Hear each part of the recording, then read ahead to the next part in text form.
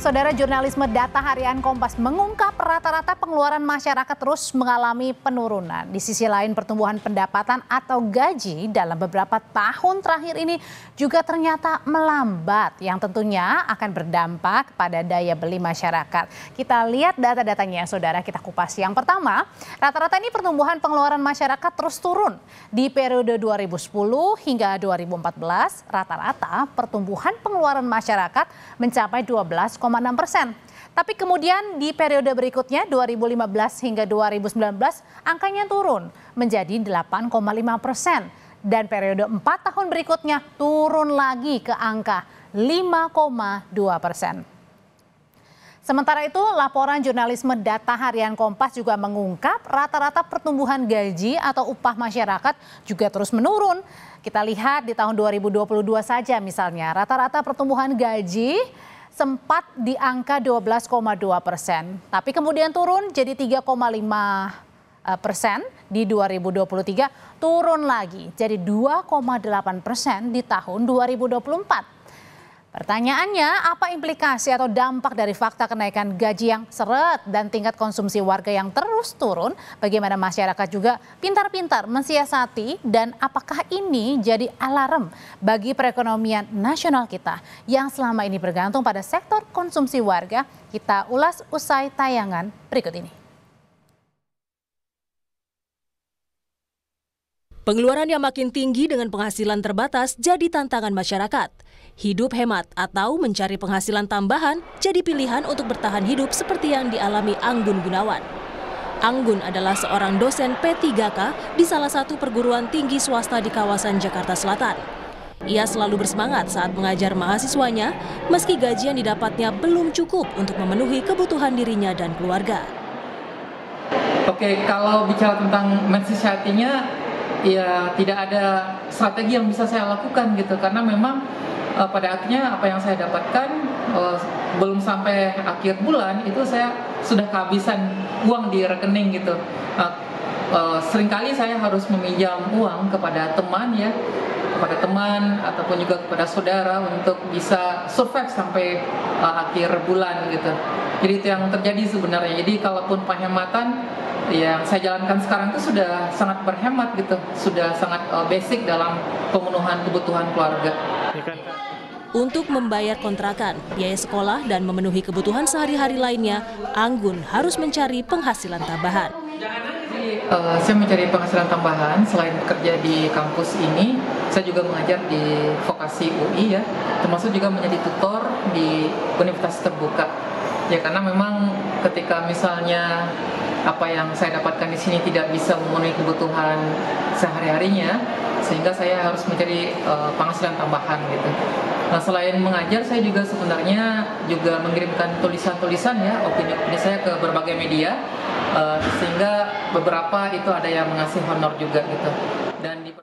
Anggun merupakan gambaran dari sebagian masyarakat kita yang harus beradaptasi dengan kondisi perekonomian saat ini. Laporan jurnalisme data harian Kompas mengungkap tren pertumbuhan rata-rata gaji atau upah dalam 15 tahun terakhir terus mengalami penurunan.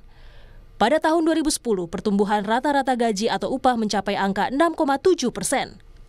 Namun angka ini terus menurun hingga menjadi 3,5% di tahun 2023 dan 2,8% per tahun di tahun 2024. Penurunan rata-rata pertumbuhan gaji seiring dengan penurunan tingkat pengeluaran atau tingkat konsumsi masyarakat.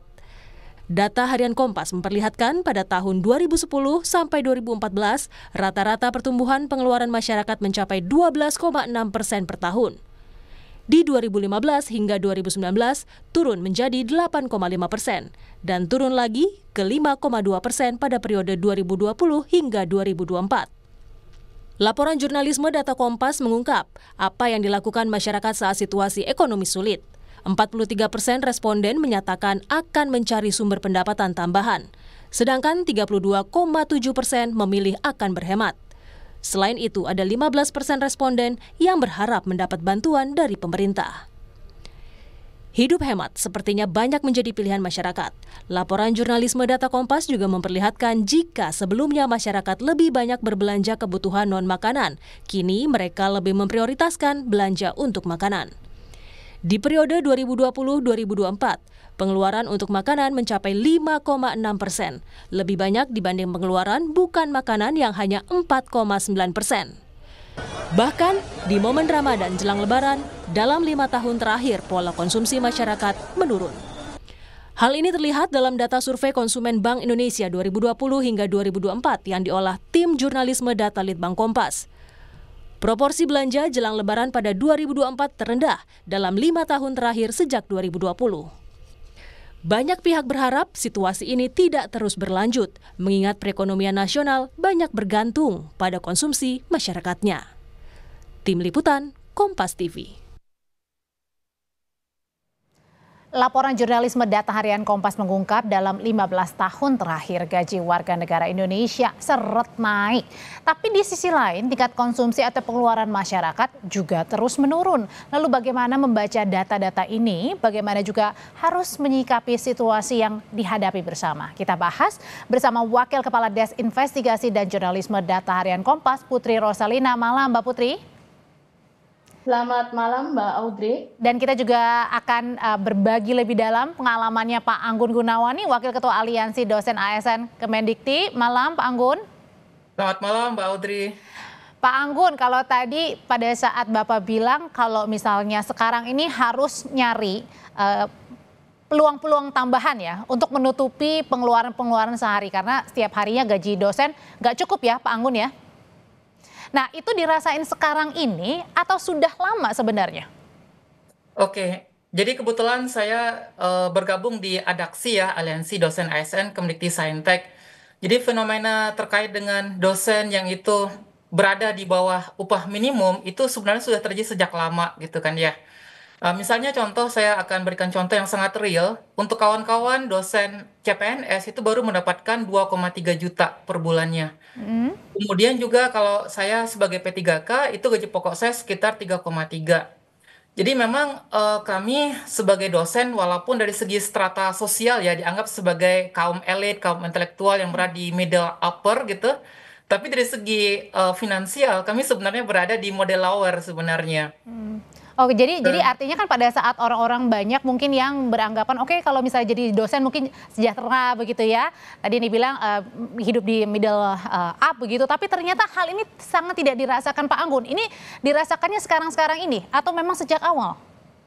Yang merasakannya tidak saya saja Mbak, tapi kami ada sekitar 90.000 ya dosen ASN Kemdikti Saintek di seluruh Indonesia yang merasakan bagaimana diskriminasi dari negara di mana kami hanya diberikan gaji pokok ya dan beberapa tunjangan, tapi ada sebenarnya yang kami tuntut sekarang itu tukin. Nah, tukin ini merupakan salah satu. Oke, Pak Anggun, itu tadi diskriminasi negara maksudnya apa tuh? Jadi kami sebagai ASN sebenarnya mendapatkan hak berdasarkan Undang-Undang ASN ya, Undang-Undang ASN Undang-Undang ASN nomor 5 tahun 2014. Yang mengatakan bahwasanya setiap ASN itu mendapatkan tunjangan kinerja dan juga tunjangan kemahalan bagi kawan-kawan yang bekerja di 3T gitu kan ya. Nah, tapi yang tunjangan kinerja dan kemahalannya tidak pernah kami dapatkan, sehingga kami sangat mengandalkan kepada gaji pokok itu dan tunjangan beras dan juga tunjangan makan gitu. Berarti artinya di per bulan mungkin sekitar 5-an berarti kalau tadi di total ya pendapatannya atau pemasukannya? Kalau konteks di saya mungkin sekitar 5 juta ya Mbak ya, tapi banyak juga kawan-kawan saya di daerah itu cuma 3 juta Mbak. Termasuk yang di Papua yang dengan biaya hidup yang tinggi ya, itu cuma dapatnya sekitar 3 jutaan gitu kan ya. Sehingga sebenarnya kalau untuk konteks kawan-kawan yang ada di luar Jawa itu lebih miris lagi. Karena mereka tidak bisa bekerja di kampus-kampus swasta gitu kan ya. Kemudian alternatif untuk mencari pendapatan menjadi sangat sedikit gitu. Akhirnya ada teman-teman yang menjadi driver di aplikasi online ataupun juga menerima fees gitu kan ya. Oke, artinya harus ada tambahan untuk menutupi kebutuhan sehari-harinya. Mbak Putri, sebenarnya fenomena apa sih yang lagi ditangkap sama Harian Kompas? Ini ternyata apa yang dialamin Pak Anggun bukan hanya Pak Anggun sendiri, tapi mungkin banyak orang yang saat ini tidak bisa hanya mengandalkan satu pekerjaan aja nih untuk bisa hidup. Ya, betul Mbak Audrey. Jadi kami itu mulai dari menangkap kok daya beli masyarakat itu kemudian turun gitu, terus kemudian ada ajakan untuk frugal living ya kemarin terakhir akhir tahun kemarin menanggapi kenaikan PPN itu. Terus dari data kan juga menunjukkan demikian ya, gaji tumbuh stagnan, Nah, sejalan dengan gaji kemudian masyarakat itu mulai menghemat pengeluaran gitu. Nah, menariknya adalah ketika menghemat pengeluaran tuh mereka lebih memprioritaskan untuk beli makanan dulu Mbak, membelanjakan uang makanan gitu untuk makanan. Jadi mereka mengurangi misalnya beli barang tahan lama, yaitu misalnya nggak beli kendaraan bermotor dulu gitu kan, bisa dicontohkan seperti Pak Anggun lampu motornya rusak gitu kan, jadi dibiarkan aja. Kemudian aneka barang dan jasa gitu. Biasanya Pak contoh jasa Pakaian pendidikan. termasuk ya? Betul, pakaian, jasa pendidikan itu juga ada salah satu narsum kami Heeh. korban PHK itu namanya Mbak Alia, sampai anaknya itu diberhentikan dari sekolah PAUD gitu. Karena bayarannya 4 juta. Jadi mendingan nunggu sampai usia TK dulu baru nanti dimasukkan lagi ke bangku pendidikan gitu, Mbak. Padahal Gambarannya dulu udah tidak seperti seperti itu ya, maksudnya dalam Ya, artian adalah betul. masih sanggup lah ya untuk ngapa-ngapain gitu ya Mbak? Ya, kan sebetulnya bukan hanya gaji stagnan ya, kalau enggak sekarang itu banyak juga korban PHK ya, mungkin latar belakangnya macam-macam ya, kayak Stritek itu mungkin kebijakan impor pakaian sehingga kemudian industri pakaian dalam negeri runtuh, kemudian efisiensi anggaran pemerintah. Kemarin itu juga banyak juga misalnya honorer PU ya, yang atau konsultan individu yang kena dampaknya gitu, atau yang kemarin terakhir ada beberapa juga perusahaan-perusahaan IT yang di PHK juga gitu. Jadi beberapa fakta bukan hanya gaji turun, kemudian banyak PHK, efisiensi anggaran itu yang melatar belakangi masyarakat untuk ngerem pengeluaran ya. Pengeluaran. Jadi memaksa hidup frugal lah, hidup hemat gitu, bukan lagi pilihan hidup Mbak. Begitu. Oke, bukan lagi kontennya banyakan healing-healing, tapi sekarang frugal ya hidupnya ya Mbak Putri ya. Betul, Oke, Kak, saya ya. mau nanya balik lagi ke Pak Anggun. Pak Anggun, gimana caranya bisa bertahan di situasi ekonomi ini? Dan kemudian juga ngaruh nggak sih Pak dengan kemudian kesehatan pikiran Bapak dengan tadi ya ditambah dengan PHK di mana-mana, kemudian kenaikan harga kenaikan harga di mana-mana yang akhirnya juga ini berdampak kepada pengeluaran yang terus naik nih. Oke, kalau kami di dosen, Mbak, memang pilihannya sangat berat ya. Kami sebagai dosen kan harus update ilmu terus gitu kan ya. Sebagaimana kata Prof. Stella, kami itu harus sebenarnya sebagai dosen harus memaparkan bahan perkuliahan berdasarkan riset gitu kan ya. Tapi memang dengan kondisi saat ini pilihannya menjadi berat. Kami harus membeli buku atau akses jurnal. Di sisi lain kami harus memenuhi kebutuhan anak-anak, misalnya seperti pampersnya, bayi itu Oke. kemudian susunya gitu. Sehingga pilihannya menjadi berat. Jadi kebanyakan dosen yang saya perhatikan ya itu selalu mengulang PPT yang sudah mungkin 2 atau 5 tahun lalu yang mereka bikin untuk mahasiswa mata kuliah yang sama gitu kan ya. Sehingga itu berulang karena memang akses untuk update itu menjadi sangat terbatas karena memang dari segi finansial mereka tidak bisa mendapatkan akses untuk seperti membeli buku misalnya gitu. Nah, sehingga memang teman-teman pada akhirnya memang survivalnya dengan cara bekerja dengan profesi yang lain gitu kan ya. Oke. Kalau yang elitnya kan kami mengajar di kampus swasta, walaupun ada juga yang menyindir masa kok dosen di PTN ngajar di PTS gitu kan ya. Mau Tapi nggak mau ya berarti sekarang ya? ya itu ya mau tak mau agar bisa survive kami ya harus melakukan itu pekerjaan yang lain gitu. Nah, efeknya adalah karena kami banyak ngamen di luar ya Mbak ya, harus banyak waktunya untuk pekerjaan yang lain sehingga memang pada akhirnya di home base kami sendiri atau tempat utama kami bekerja itu menjadi tidak fokus gitu. Oke. Tidak maksimal untuk memberikan pelayanan kepada mahasiswa. Oke. Kemudian Mbak Putri, jadi kalau dihadapkan sama pertanyaan ke masyarakat gitu ya, mau yang mana nih? Mau mencari tambahan atau mengurangi pengeluaran? Jawabannya apa Mbak Putri rata-rata? Kalau dari hasil survei Kepemimpinan Nasional awal Januari lalu, porsi terbesar itu untuk tambahan penghasilan dulu 43%, baru sekitar seperempat responden 25% itu berhemat gitu. Jadi mereka berusaha dulu lah ya untuk menambah penghasilan seperti yang dilakukan oleh Pak Anggun. Mungkin juga kan mereka mau ngirit, yang diirit apa ya gitu kan. Sudah mentok apa yang diirit lagi gitu kan. Akhirnya yang memilih nambah dulu, kemudian dari tambahan itu mungkin ada hal yang bisa diirit gitu. Itu Mbak. Oh oke, ada juga nggak sih kepengenan masyarakat warganya sebenarnya gimana nih mereka pengennya di tengah kesulitan ini? Kalau dari hasil survei juga ya 2 hal itu kan Mbak ya, tapi ada juga tadi yang disebutkan mereka yang berharap bantuan pemerintah 15% gitu. Tapi rata-rata yang dilakukan oleh golongan menengah bawah dan bawah ya kalau nggak menambah penghasilan kemudian ya berhemat begitu Mbak yang dilakukan oleh golongan menengah bawah dan kelas bawah. Oke, Mas Anggun tadi kan dibilang tidak ada yang tidak dicairkan kalau apa tadi tukin ya atau tadi pada saat mengajar di 3T ya? Iya, ada tunjangan kemahalan Mbak untuk kawan-kawan dosen yang bekerja di 3T ya, daerah perbatasan atau daerah-daerah terluar di Indonesia. Itu tahu Mas berapa? Oke, kalau misalnya kita ambil patokan ya, jadi kami kalau sebagai jabatan fungsional itu sebagai dosen, itu seharusnya kami mungkin level terbawahnya ya di asisten ahli itu kami seharusnya mendapatkan sekitar 5 jutaan gitu. Sebagai asisten ahli. Kemudian juga nanti ada lektor, kemudian nanti ada guru besar yang mungkin sampai ya 19 jutaan gitu kan ya yang seharusnya diberikan oleh negara gitu. Saya nyambung lagi ke Mbak Putri tadi ya Mbak ya, selain survivalnya itu ya mencari pendapatan lain di luar pekerjaan utama ataupun juga menghemat gitu kan ya, walaupun ya memang benar jadi kita nggak ada lagi yang bisa dihemat gitu karena sudah minimalis sebenarnya. Atau mungkin nambah misalnya untuk pinjaman misalnya? Nah, itu yang terjadi Mbak sekarang. Dan kita sudah banyak mendapatkan informasi dari kawan-kawan dosen, itu sudah sampai terjebak dengan pinjol sebenarnya. Jadi kan kebanyakan kawan-kawan yang ASN ini kan menggadaikan SK-nya ya. SK sebagai ASN, sebagai dosen, kemudian untuk mendapatkan kredit dari bank. Itu sudah lama terjadi.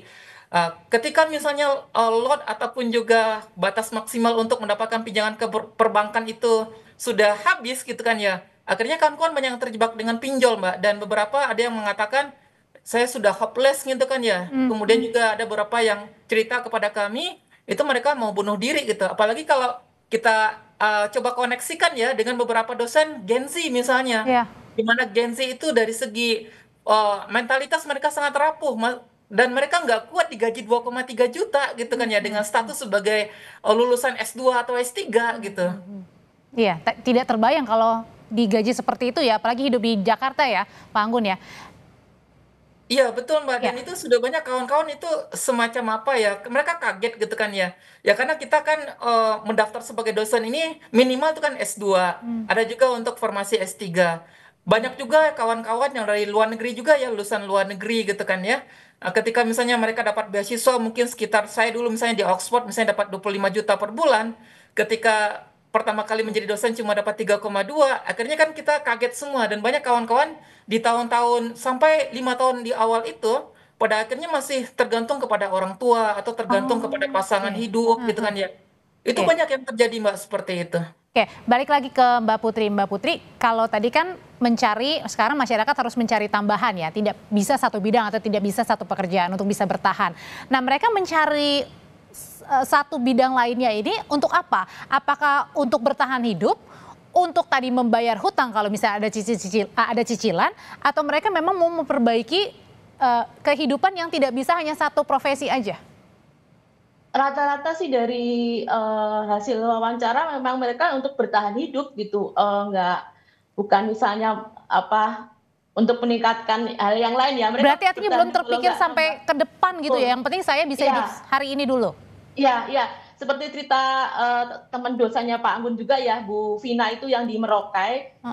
Dia tuh selain dosen di salah satu kampus di Merauke, gajinya kalau nggak salah sekitar 3,3 juta. Bayangkan di Merauke yang yang cukup mahal ya biaya hidupnya itu 3,3 juta. Dia punya keluarga di Brebes yang harus mengirim uang setiap bulan di Brebes. Kemudian dia punya tambahan penghasilan itu ngajar anak les gitu kalau nggak salah dan mungkin nggak seberapa gitu.